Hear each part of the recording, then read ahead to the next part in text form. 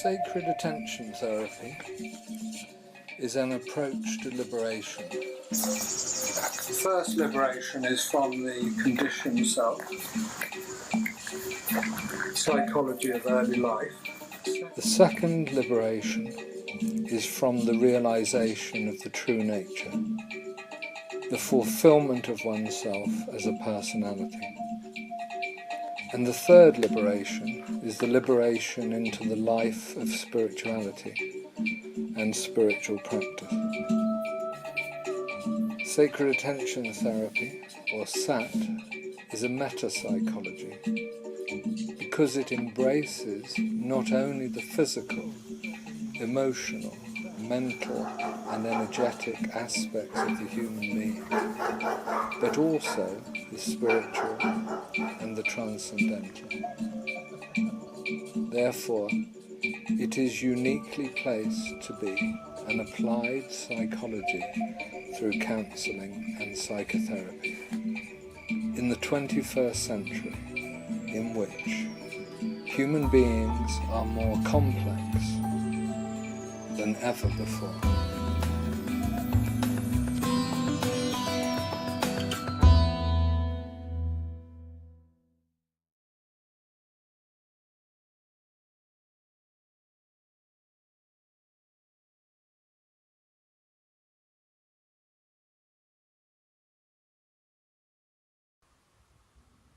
Welcome to the third in a series of interviews with Richard Harvey. My name is Rob Meager. Today's interview will discuss the lecture, Who Needs a Guru? The Discovery of the Divine in Your Life, from the Ternion Talks.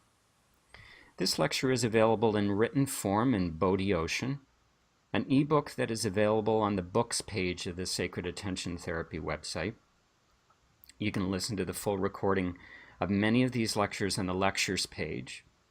And lastly, you can view many other interviews on the videos page of the Sacred Attention Therapy website or on our YouTube channel.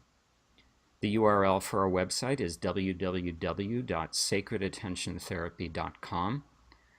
And on our website, you can click on the YouTube channel icon to view our YouTube channel.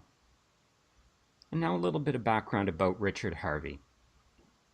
Richard is a psycho-spiritual psychotherapist and a spiritual teacher. His work emerged out of the human potential movement of the 1970s. He trained with many teachers in humanistic and transpersonal approaches. He's the founder of Sacred Attention Therapy, a radical new approach to inner work for the 21st century that proposes a three-stage model of human awakening.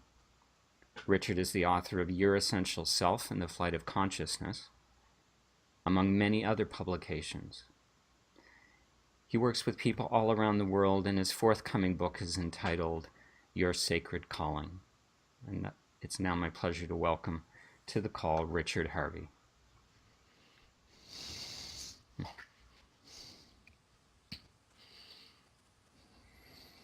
Nice to be with you. Hi, Robert. Who needs a guru? This lecture, I remember the first time I heard it, left an indelible mark on me.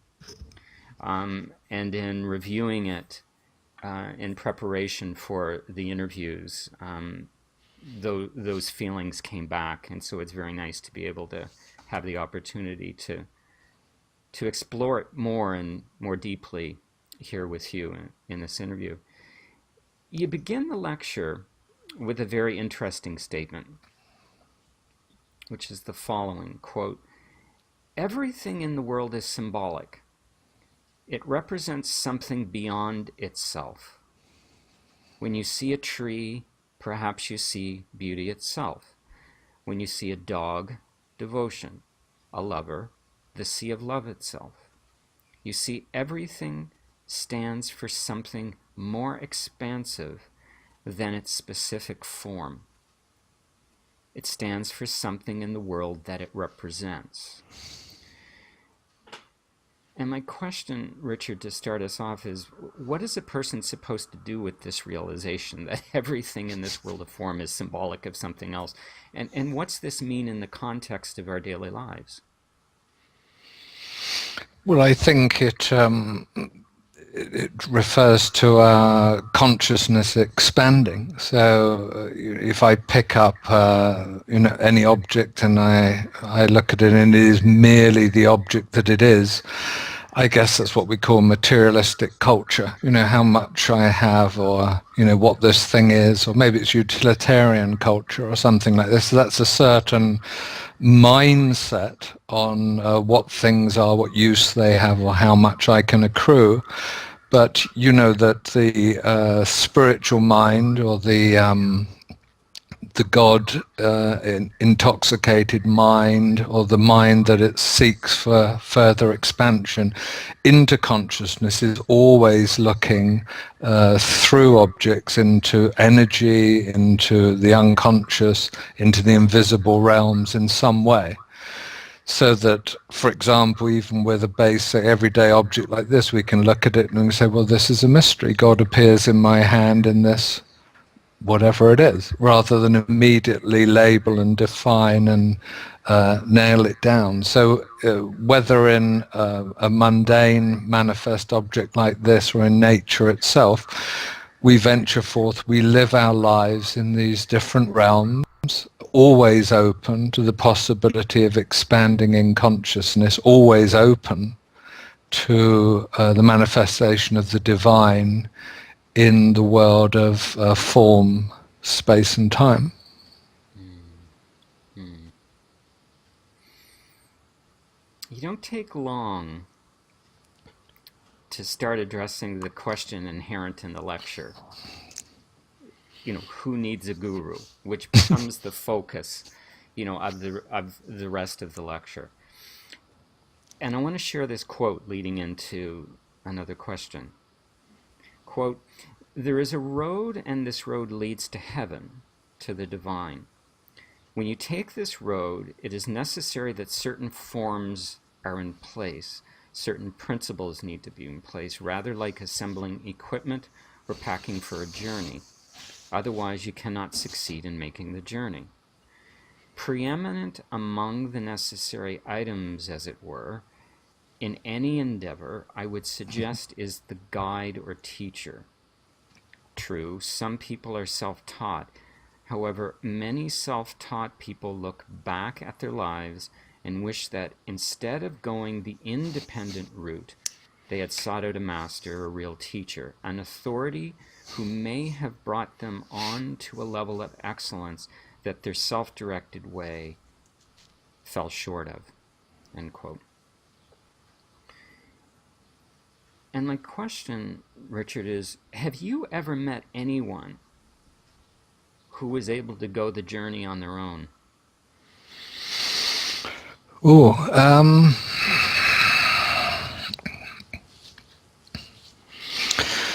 I don't know. I mean, one thinks, I think probably not. I think that we have the examples, perhaps secondhand in report. Ramana Maharshi comes to mind, of course.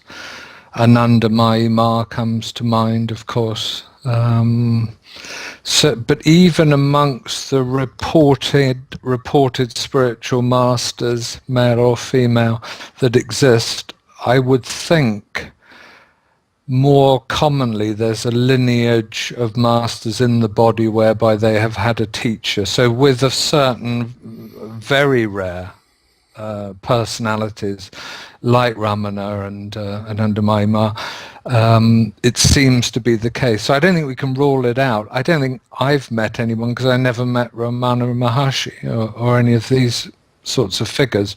But it seems possible that the manifestation of the divine in an avataric form as a human being is possible without a master, without a teacher, without a guru as such. But bear in mind that, as we'll perhaps go on to discuss, the guru is not a person, or the spiritual teacher is not. Well, as soon as we say that, we're bound in this label thing. Oh, a guru or whatnot, and you see some fellow with a beard or something like this. Any self-respecting guru will say, "Go sit by a tree, go sit by the river." And if you say why, he or she says, that's the guru. So for one thing, the guru is not contained in the form of a human being. For another thing, the guru or the spiritual teacher isn't a person at all. A cult is not a spiritual school per se, in the strictest sense. A group of so-called spiritual people who are attracted to the form of a spiritual teacher are not doing sadhana as such. They're simply drawn to celebrity of some sort or some attractive person. So it's on the same level as a romantic love relationship, or having a fan club or something like this. The guru, the spiritual teacher, the spiritual master is possibly in this talk, but other talks I've said, a hole between a space, a portal, as it were, from this visible relative realm into the other, into the numinous. So as such, that isn't someone. So maybe we can go full circle and say, maybe Ramana didn't have a guru as such, but he cited that mountain as being Shiva, Arunachala, where he never left. He cited that to be the incarnation of the god Shiva. So maybe we should take it back and say, hey, he had a whole mountain as a guru. It just wasn't appearing in the form of a human being. You go on to share some insight to the possible role of the guru, or I might say one possible role of the guru. And here's what you share. Quote, perhaps there are two kinds of people in a way. The self-directed ones and the willing learners, the pupils. Perhaps this is a generalization, but those of you who know my work probably guessed where this is leading. We live in the age of self. People are tremendously self-conscious, tremendously ego-driven, self-important, superior or inferior, it doesn't matter which. They are fiercely protective of themselves as integrated assemblies of parts, little pieces of valid life. It is all smoke and miracles. It's smoke and mirrors, of course, merely a chimera, an illusion, just a mirage of water at the well, nothing you can drink, nothing that will sustain real life. Isn't it curious that dropping this ego-driven state is the necessary condition of freedom? To drop this ego-driven state opens us up to reality, to God, to the divine source. Without releasing ourselves from this ego-driven state, all remains unreal. Withheld in truth, authenticity, and enlightenment, all forfeit, until we are willing, merely willing, but truly willing, to let go. To let go. End quote. So my question is the work of the guru about helping the seeker to let go?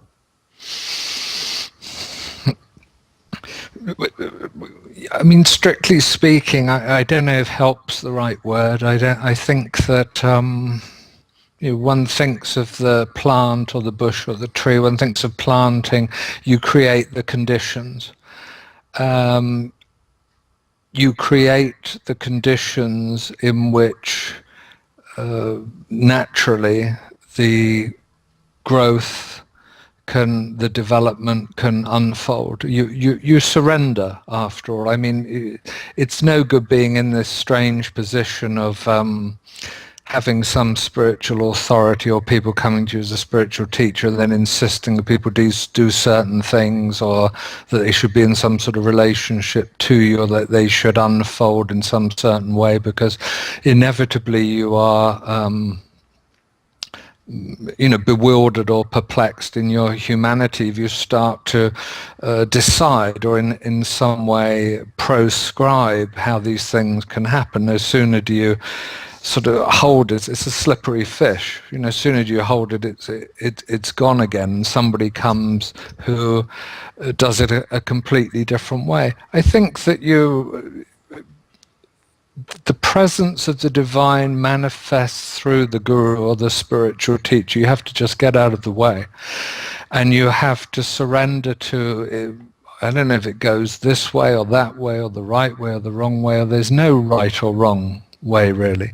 So how to talk about helping, in a sense, is somehow not quite it. Is too much subject, verb, object involved there. I mean, you merge with the consciousness in the being, in the animal, in the stone, in the sky, in the sea. It's all the same. In the divine, which streams through you all, which is the reality itself. So if that's helping, I don't know really. Or, you know, if it's hindering, it's certainly hindering the personality. Is it helping one to grow? There's no growth involved really. This word growth and development are tricky. One uses it in terms of the psychological. I try and avoid it in terms of the spiritual. I try and point out that progress and process applies to the psychological. The reason that you can't really apply help and progress and this sort of onward motion to the spiritual is it's much more of a drawing back. Just stop everything that you're doing. Be with someone or something. This is why nature, this is why the natural world, where you never get a stone or a plant or an animal thinking, I wish I were this other thing, is a helpful environment to be in. You stand as a human being, really a hole into the invisible world without wishing for anything to be different than it is. And you allow the divine through the emptiness of you to merge with that in the other person, which they already are. I was discussing this morning with someone, and everything they said, and they're very close, but everything they said was objective and therefore fallacious in terms of spiritual truth. So there's nowhere they're getting to. There's no real hindrance involved, not really. None of these things are true, which is why the questioning form of spiritual practice can be so potent and valid. One keeps trying to impose ideas or thoughts on the spiritual illumination, and you can't do it. So each of the questions or even descriptions just sort of falls over, including help, I'm afraid. You speak of, quote, 3 ways to God in the lecture, and the role that the guru may help one to remember that way to God. And here's a very quick quote leading into the question. Quote, "There are 3 ways to God. 1, the life spent in service. 2, the apprehension, the knowledge and understanding that I am God. And 3, the worship or apprehension of all things other than I as God. So the way of I, the way of thou, and the way of service." End quote. What more can you tell us about this trilogy of ancient wisdom as you preface it, in the lecture? And what role does the guru play in any of these ways? Again, the way of I, the way of thou, or the way of service?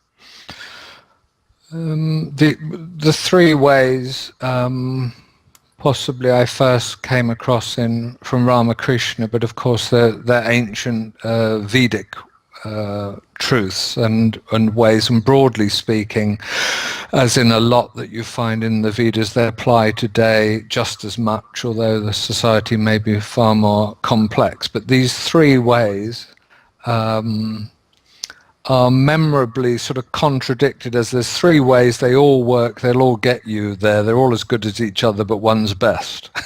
you often have this in a kind of, Eastern sleight of hand anti-humor or something.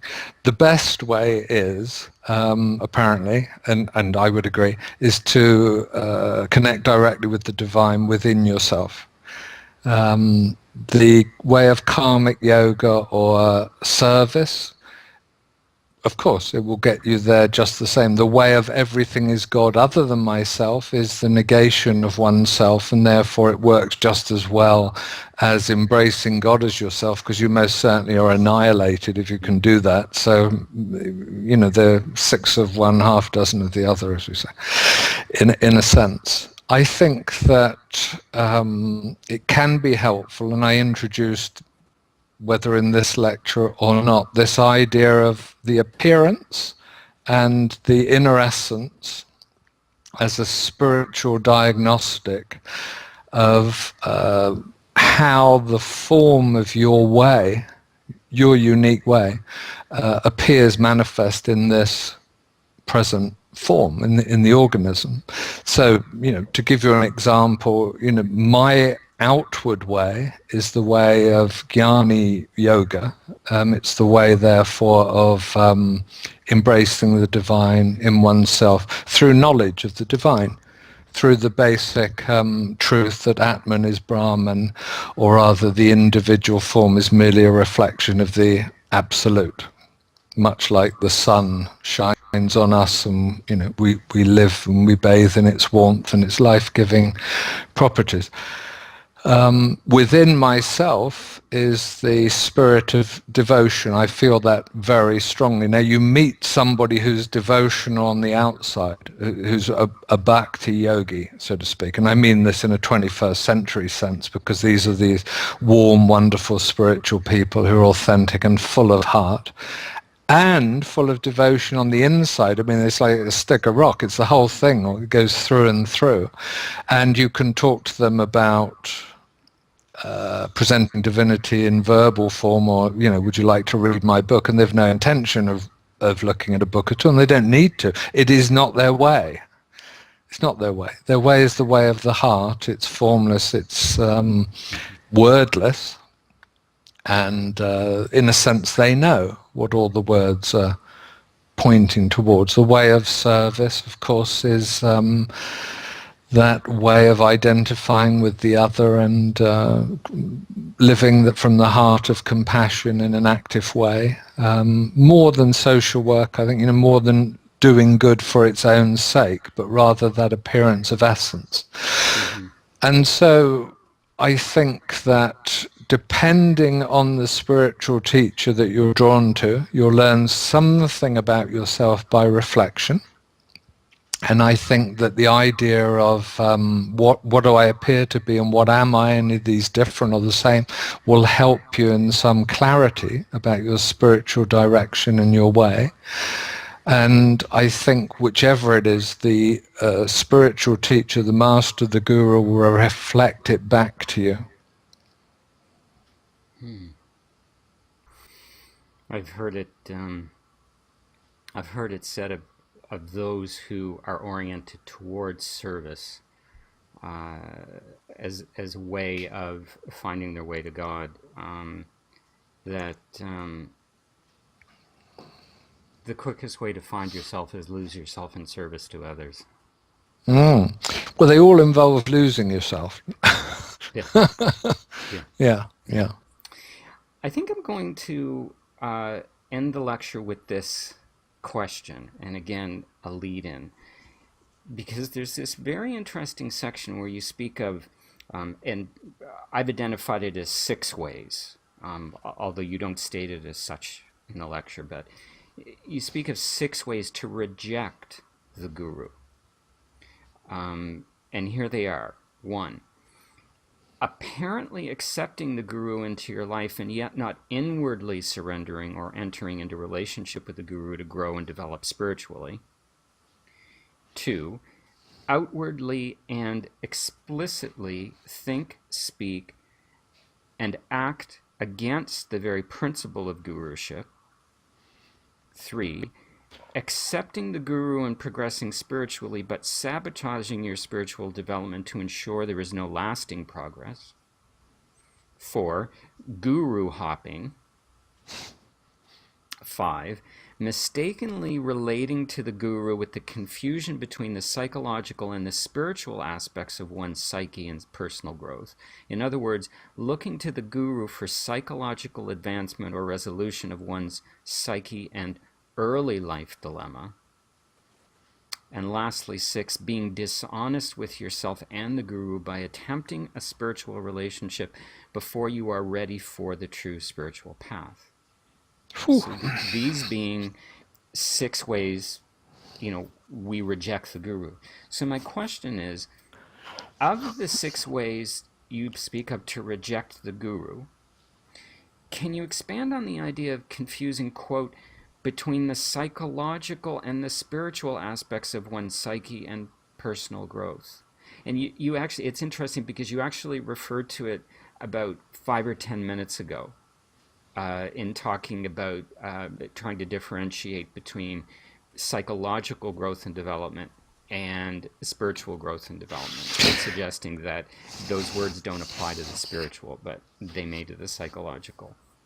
That's right, yes. We've had this talk recently, which came from this wonderful video by Gangaji, where she was more or less saying your psychological problems don't have a place in satsang. And I found it a little bit more complex than that, because the likelihood, if you propose a spiritual event, a satsang, a workshop, or a meeting, is that 9.999 human beings out of 10 are going to bring some kind of psychological material to the meeting. But my point is this: strictly speaking, the spiritual practice of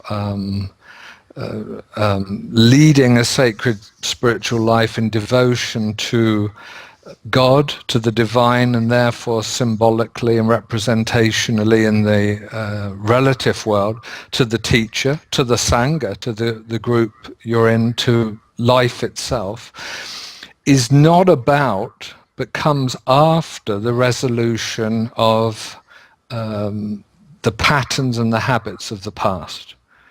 All of those things. And it may sound idealistic, but if we don't, my strong feeling is if we don't stand for this differentiation, then what seems to already be happening is that psychological states, or higher, more exalted human psychological states, get mistaken for spiritual events in a human life, and they're not the same. And I would define it like this: if they relate to the past, from patterning, not only from childhood, but early adulthood and even adulthood, if you are, in middle years or something like this, and the personality and the character calcify, they become set in you, you've got a lot to work out. For that we have counseling and therapy and discussion and openness and release and expression, and then integration, stabilization. I mean, the whole process of transformation, which I've written endlessly about at this point, all of that needs to take place in some milieu or other. Let's call it psychotherapy. You have to do it there because that's a specialist place, the same way as you go to the mechanic to get your car fixed. I mean, this is the place where that can be resolved, that can happen. To take that into satsang, as Gangaji says, or I would say, is, she may be a little more fierce about it than I am, but it isn't strictly speaking spiritual, even though it's bound to happen. And so personal problems and all of this in the truly spiritual practice of sadhana, or lifelong sacred practice, is displaced by the further challenges of maintaining this practice moment to moment to moment to moment without any time running out, some place where you say, well, I'm taking a break now. It's a very serious matter.